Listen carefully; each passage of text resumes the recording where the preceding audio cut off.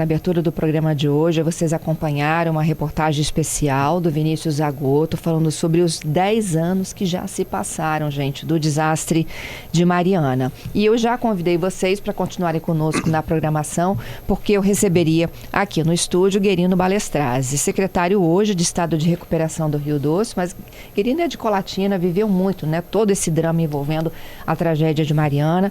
E a gente vai recordar juntos, discutir também o que tem sido feito e o que tem de projeção, inclusive com os recursos, né, anunciados aí recentemente do acordo judicial. Guerino, muito obrigada pela sua gentileza. Essa entrevista vocês assistem também, viu, gente, através do YouTube de A Gazeta ES. Onde vocês estavam há 10 anos atrás, quando foram impactados pela tragédia do rompimento da barragem de Mariana? Você se lembra, Guerino? Lembro, bom dia. Bom dia. Que bom falar com você, Fernando. Tempo que eu não venho aqui, né? E parabéns pelo programa, de muito êxito que você faz, noticiando coisas importantes para o nosso estado.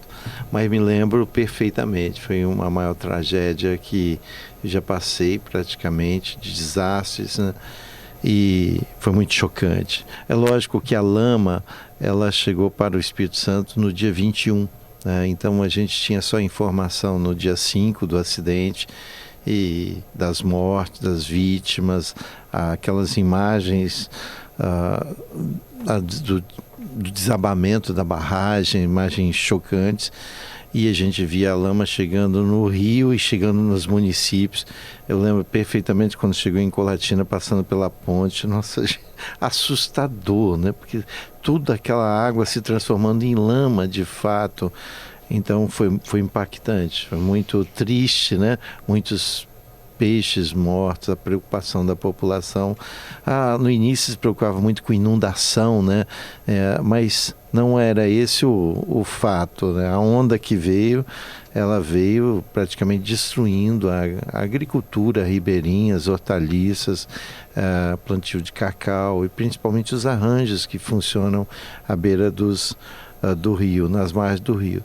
Mas foi muito chocante. Veio uma onda contaminada, né? E veio contaminando também por onde ela passava, né? São 60 milhões de metros cúbicos de rejeito. Imagine, dá 500 mil salas dessas aqui, praticamente, 500 mil salas desse tamanho, de lama mesmo, assim. Então, ele sendo canalizado pela calha do rio, é uma imagem impactante, é uma imagem muito forte, e 9 milhões de metros cúbicos ainda estão retidos nas represas lá de Risoleta Neves e também em Moraes.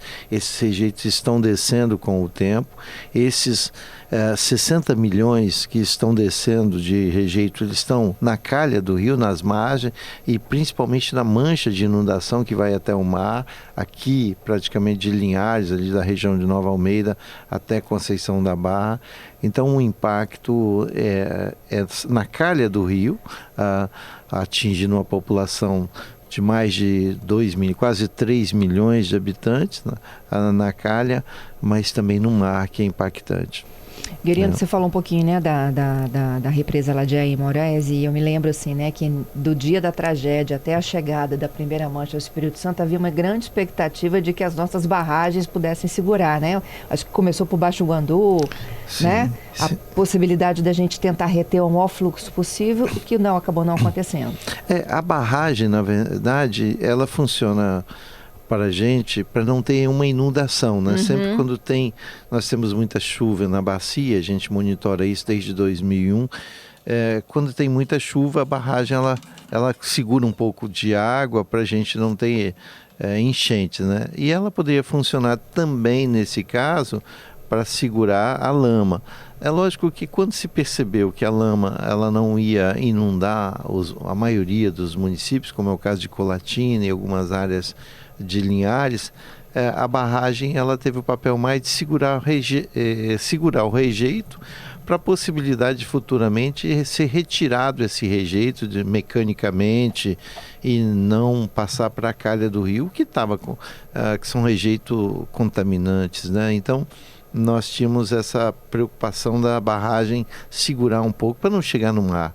A grande preocupação nossa era chegar em regência no mar, no litoral, contaminar as praias, o que aconteceu. Isso aí. E eram rejeitos muito preocupantes, porque eram metais pesados, né? A gente estava falando de chumbo, de arsênio, de cádmio.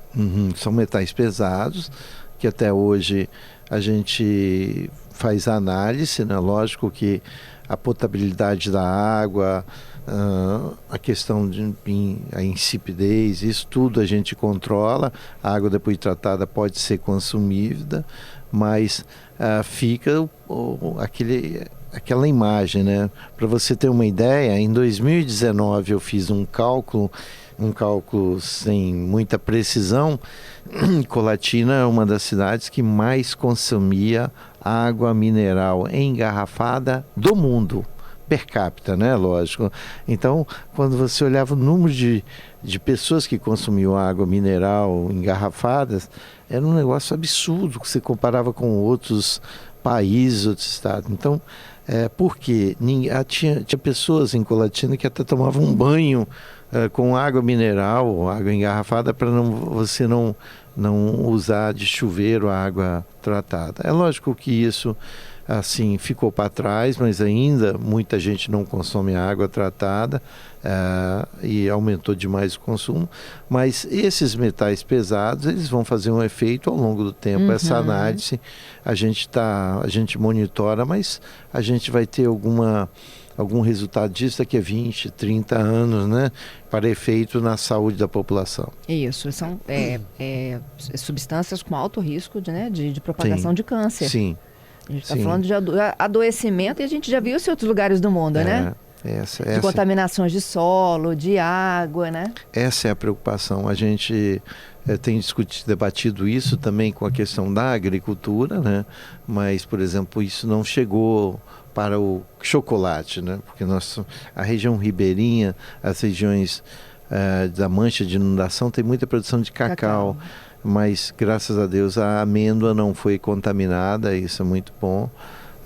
Uma boa pesquisa, um bom resultado, e nós temos produtos de qualidade hoje para o mundo já. Na reportagem tem uma senhora que fala que a família produzia, né, plantava cacau, e Sim. que a lama, ela aqueceu o solo de tal forma que a plantação dela morreu e que lá nunca mais deu cacau. Esse é o grande problema, porque ela impede a respiração da planta, e isso faz com que a produção caia, mas caia vertiginosamente, e quando não tem a perda total, como é o caso, né? Principalmente pequenas propriedades foram perdidas, e muita verdura também, muita gente plantava ao longo as margens, né? Agora, a gente tem que fazer uma reflexão desses 10 anos e também anterior. Nós criamos, Fernanda, no passado, um processo de recuperação da bacia antes do desastre. A bacia do Rio Doce foi e é a bacia mais degradada do país. Antes mesmo do acidente, nós tínhamos era muito degradada. O fato da ferrovia ter sido construído nas margens do rio, né, destruímos a mata ciliar com a ocupação com a ocupação das cidades, né, o assoreamento aconteceu. Então, tinha período no Rio Doce que nós mal estávamos chegando na foz, em Regência. Isso era muito grave. Nós construímos o Comitê da Bacia do Rio Doce, um planejamento de recuperação, e estava indo muito bem. A gente até, Fernanda, a gente monitora isso, que nós fizemos uma parceria na época com o Rio Sena, na França. Eles estavam também com um problema muito parecido lá, devido à questão da energia nuclear, né? Mas aqui devido ao assoreamento.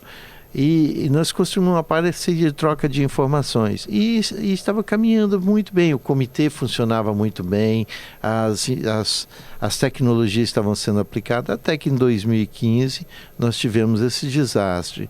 O fato é que o Rio Sena está recuperado e o Rio Doce continua muito pior.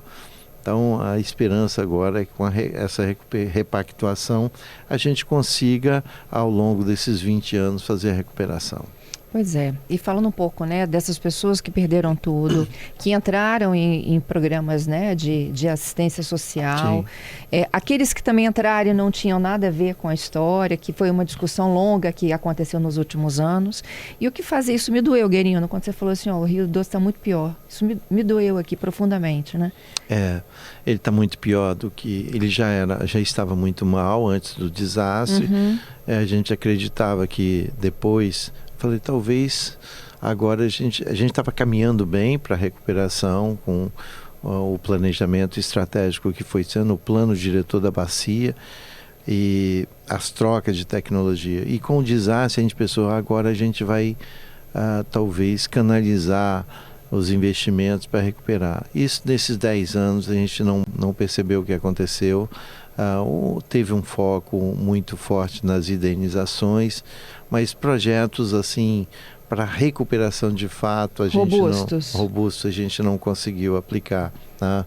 A Renova teve muito questionamento no funcionamento dela durante esses 10 anos, por mais que tenha feito, eu acho que quem entende da execução da política pública são a política pública mesmo, e acho que os municípios, os estados têm mais capacidade para fazer isso.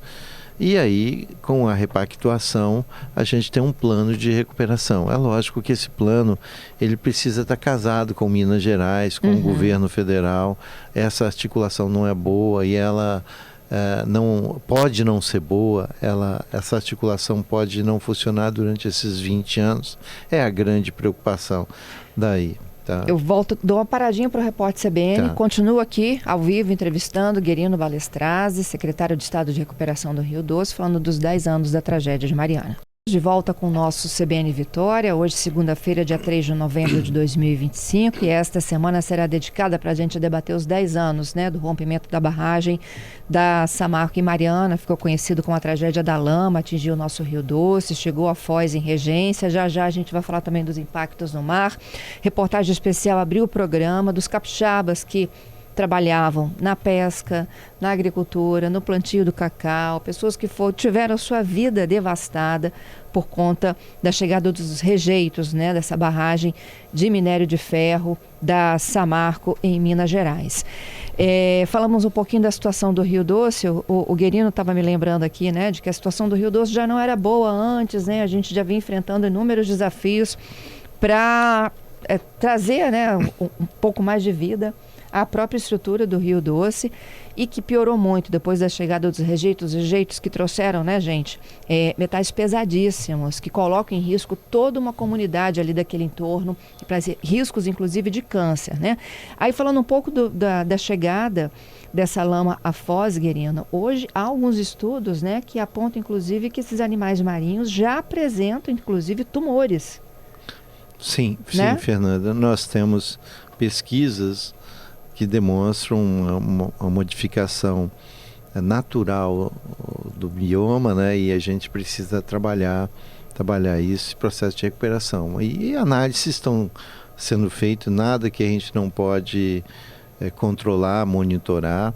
E esse é um trabalho muito forte que a nossa secretaria está se preocupando no monitoramento, com a aquisição de estrutura física, de estrutura para acompanhar também queimadas, acompanhar possíveis acidentes. Então a gente está monitorando tanto a água como terra também. Qual é a condição hoje de consumo de água tratada, né, do rio, que não seja uma água mineral? E o consumo do pescado também? Não, olha, a água tratada você pode consumir. Existe uma dificuldade, um paradigma aí que muita gente não utiliza, principalmente quem faz a captação direto do rio, como é o caso de Colatina e Governador Valadares. São 2 municípios que são diretamente, né? Você pega Linhares, a captação é da Lagoa do Paranã, que a princípio não está contaminada, né? Municípios menores, eles têm rios alternativos, né? Que também não foram contaminados. O maior problema na cara do Rio Doce são esses 2 municípios, Colatina e Governador Valadares. Quanto ao consumo do pescado, a gente faz análise, existe uma orientação de média de consumo por pessoa, né? A pessoa mais idosa, né? Para expectativa de vida, ele pode consumir um volume maior, pessoas mais jovens, melhor que não. Então, essas análises também a gente passa para a população. Agora nós vamos criar o nosso site, né? Porque a gente está administrando a transparência também, vamos colocar todas essas informações com maior precisão, inclusive exames, laudos, para que a população monitore e acompanhe. Uhum. O pescado continua proibido na Foz? A pesca continua proibida por 2 anos na Foz, né? E por isso eles recebem o PTR, né? E com isso vão receber durante 2 anos. Aí nós vamos fazer a análise, né? E depois dessa análise a gente pode saber se vai liberar ou não. Liberando, aí a gente pode fazer até um programa de investimentos para recuperação do parque pesqueiro também, né? A questão dos navios, dos barcos, o que a gente pode fazer de investimento para fazer essa recuperação. O que foi feito de lá para cá, Guerino, para a segurança na construção de barragens e das que já estavam lá também existentes?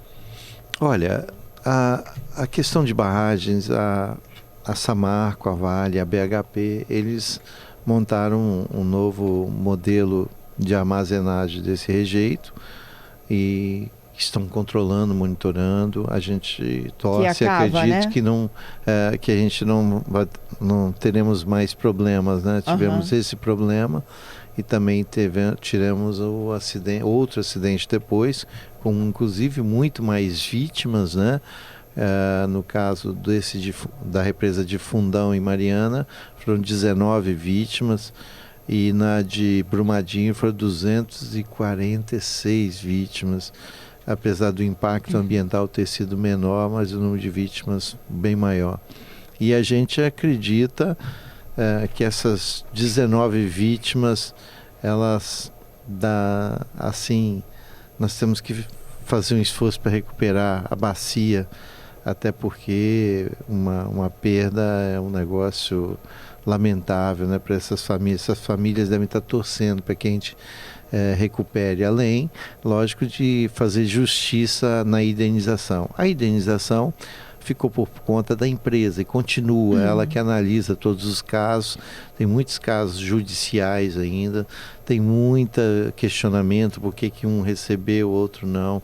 Isso é motivo até de debate judicial, debate na justiça, debates acadêmicos muito fortes desse processo. Tem uma ação internacional que tramita na Inglaterra, né? Sim, essa ação internacional, ela começou muito forte, né? Porque também as empresas não queriam fazer o acordo aqui no Brasil, ou queriam fazer um acordo muito ruim no governo passado. O acordo era de 90 milhões, nós chegamos praticamente o dobro do acordo.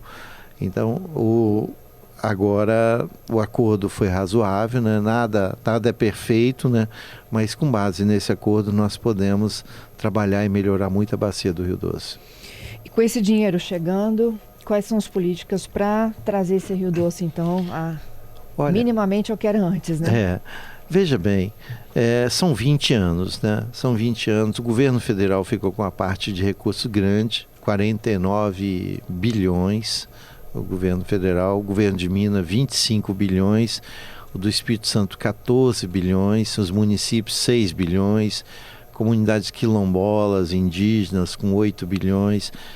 Também tem algum recurso do Ministério Público, essas coisas assim. Bom, esses projetos, o governo federal, eles trazem em forma de projetos, né? Agora mesmo chegou para o Estado 800 milhões para a saúde, para os 11 municípios impactados, né? Nós temos, então, essa divisão de onde aplicar, porque teve 11 municípios que também vão ser indenizados, né? Estão sendo indenizados, além do Estado e tal. Mas a mancha o que a gente pode atender, no caso do Espírito Santo, são 33 municípios. Quer dizer, 22 fora da mancha de inundação. São aqueles municípios tributários que participam de alguma forma para construir o Rio Doce. Então você tem lá Iuna, um rio, o Rio José Pedro, que corre para o Rio Manhuaçu, que vai para o Rio Doce. Então a gente pode fazer investimento lá.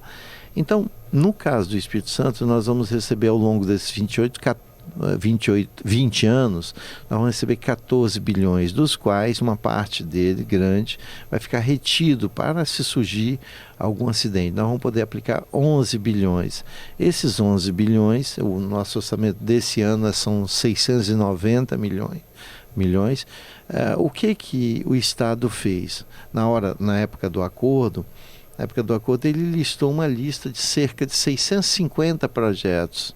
Desses 650 projetos, a Secretaria verifica se eles têm aderência e a gente vai aplicando os recursos. Então já temos muita coisa descentralizada para aplicar. Então, saneamento rural, a gente pretende aplicar até 2030 100 milhões em saneamento rural, que são biodigestores e tal. Reflorestamento, são 334 milhões que já está para indo, a Secretaria de SEAMA, de Meio Ambiente do Ricone, lá já está indo para licitação. Então, DR, nós temos muitas parcerias em estradas, com a SEDUB a gente faz parceria em estações de tratamento de esgoto, na ciência e tecnologia, em vários editais, na cultura, no esporte. Então, tudo isso a gente aplica na bacia. Né? E é lógico, o meu foco, assim, o foco da gente prioritário é sempre reflorestamento, né? Saneamento rural, saneamento urbano. E isso a gente está contemplando, além dos investimentos grandes em infraestrutura. A gente também tem uma receita que foi feita no acordo na questão da BR-262, 2,3 bilhões já destinado no acordo para fazer uma parte da 262, que é muito. Isso é importante também, porque tem a parte de Minas, ele quer a melhoria da 262, né? Minas, Manhuaçu, essa região, eles usam muito a 262, por isso que a parte do Espírito Santo foi contemplada. Então não é recurso estritamente do Estado, sim já veio de acordo no acordo. E a gente está fazendo investimentos bons nos municípios, em Colatina mesmo. Vai ser feito o Hospital Silvia Vides, um novo Hospital Silvia Vides de 300 leitos, é uma obra importante. Nós vamos ser co-participantes da terceira ponte de Colatina, já destinamos 30 milhões. Então as coisas estão fluindo. Quanto à questão de barragem, a gente analisa, já estamos fazendo 2 ou 3 barragens. Para Colatina, inclusive, tem 2, mas tem uma agora em João Neiva, tem um em Mantenópolis. Então nós estamos participando. E o monitoramento, a gente que vai cada vez mais aperfeiçoar. Esses rejeitos que você me disse que eles ainda estão, né, nas margens e no leito do rio. Uhum. Uma possível chuva intensa, uma enchente na cabeceira do Rio Doce faz com que eles se movimentem. Sim, e vão fluindo para o mar, né? Isso é natural que aconteça, e nós temos 9 milhões de metros cúbicos de rejeito lá na represa Risoleta Neves, que ficou a cargo da empresa, da Samarco, fazer a extração, a retirada. É um problema sério. E coloca onde? Não, esse é o problema, não tem. Esse é o problema, você não tem onde alocar esses rejeitos. Você transfere o problema, né? Transfere, Então essa dificuldade, mas isso ficou a cargo da Samarco também. Entendido. Eu tenho várias pessoas aqui conversando conosco, Guerino, né? À medida que a gente ia evoluindo na entrevista. O Gledson, por exemplo, a Patrícia está conversando com eles aí, vai me ajudar no registro. O Gledson fala do pai que trabalhava na Samarco no dia do acidente. Exatamente, ele disse que ele estava se organizando para trabalhar e começou a perceber as notícias que vinham da televisão a respeito da notícia. Ele ligou para o pai, que trabalhou 28 anos na Samarco, na unidade de Anchieta, aqui no Espírito Santo. Diz que o pai dele ficou simplesmente em estado de choque no telefone ao ver as notícias, até mesmo chorou. Ele já estava aposentado há alguns anos né, da empresa, mas ficou chocado com o acidente. O Robson conosco também, dizendo sobre esse crime em Mariana, como ele fala. Ele estava ouvindo aqui a CBN Vitória, na época o CBN Brasil, quando ele ficou sabendo do acontecido. Fernanda? É isso. Tem a participação da Sandra, né? A Sandra está falando, a gente está no ano de COP30, Guerino, né? Sim. O que efetivamente vem para o Rio Doce, e você falou de várias ações, assim, né? Mas se a gente pudesse reduzir aqui, fazendo o contraponto aí com a COP30, o que o Rio Doce tem de próximo com a COP30? Olha, nós temos por exemplo, nós temos projetos que a gente vai dar continuidade, alguns projetos da Renova, por exemplo, Rio Doce Escolar é uma formação, hoje nós temos quase 300 professores, e nós vamos chegar num número muito maior, que trabalham a questão da formação em mudanças climáticas, para trabalhar paralelamente a recuperação. Porque a recuperação ela só vai se dar também se a gente tiver uma conscientização muito maior, essa base da formação, da educação do povo. E a gente então está trabalhando, tem um olhar atento a isso. E a COP30 ela cuida muito de investimento que nós vamos fazer, mas cuida também de conscientização, né? Então nós estamos trabalhando os dois planos e com isso melhorar os nossos índices. Agora, nós, como eu disse, nós temos 690 milhões esse ano para ser aplicado, o ano que vem mais 700 milhões, até 2030. A média vai ocorrer por volta de 700, 800 milhões por ano durante 20 anos. São investimentos que vão melhorar a macrodrenagem, o saneamento básico, o reflorestamento, os investimentos em infraestrutura. Nós não trabalhamos com indenização ficou por conta da empresa. Então, a gente acredita que com esses investimentos em saneamento, em produção de água, em reflorestamento, a gente vai melhorar a vida na bacia. Por isso que nós precisamos de ter uma boa articulação com o governo federal e o governo estadual de Minas, para que todos se empenham nisso. Essa orientação foi quando o governador Renato Casagrande convidou. Essa foi um pedido muito forte, né, para que a gente de fato recupere. Para isso acontecer, nós precisamos do apoio de Minas, que é lá que a maioria da água vem, né, a produção da água está lá.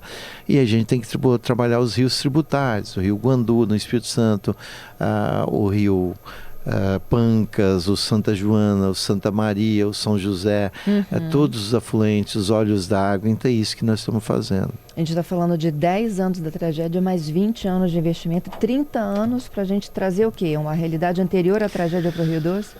Olha, ou mais que isso? Não, mais que isso. Nós podemos chegar no nível de tomar banho no Rio Doce com tranquilidade, nós podemos chegar no nível de ter futuramente também água na torneira, né? Poder beber água, como na Europa. Anos. Dá para fazer sim. Tá. Que assim seja, viu, Guerino? Eu estou otimista. Estou muito otimista. Se a gente continuar a perseverar nisso, nós vamos conseguir. E é lógico, para isso nós precisamos de ter um nível de conscientização maior, né? São muitos projetos que aparecem para nós, projetos super interessantes, que vêm desde da tecnologia, de resíduos, aproveitamento de resíduos. Lá agora a gente está com o Condoeste, é um consórcio de lixo para 21 municípios. Esse consórcio é muito interessante, que dali pode sair uma usina. Você tem no público aqui, no caso da marca, né? Mas nós podemos, no privado, você pode ter no público isso agora, com qualidade para atender, e com isso também ter uma educação ambiental muito mais forte. Que assim seja. Guerino, eu queria te agradecer pela gentileza, pela participação aqui conosco, abrindo essa semana de reportagens especiais aí sobre os 10 anos de Mariana, hein? Eu que agradeço, Fernanda. Parabéns, e que você continue aí firme, com muitos sonhos, né, mas principalmente cobrando muito da gente, porque a cobrança nos ajuda a motivar a equipe a resolver os problemas. Muito obrigado. Eu sou só uma intermediária aqui, dos ouvintes, né? Dou voz aqui à cobrança dessa sociedade. É né? muito legal isso. Te agradeço. Bom trabalho aí na secretaria, hein? Obrigado.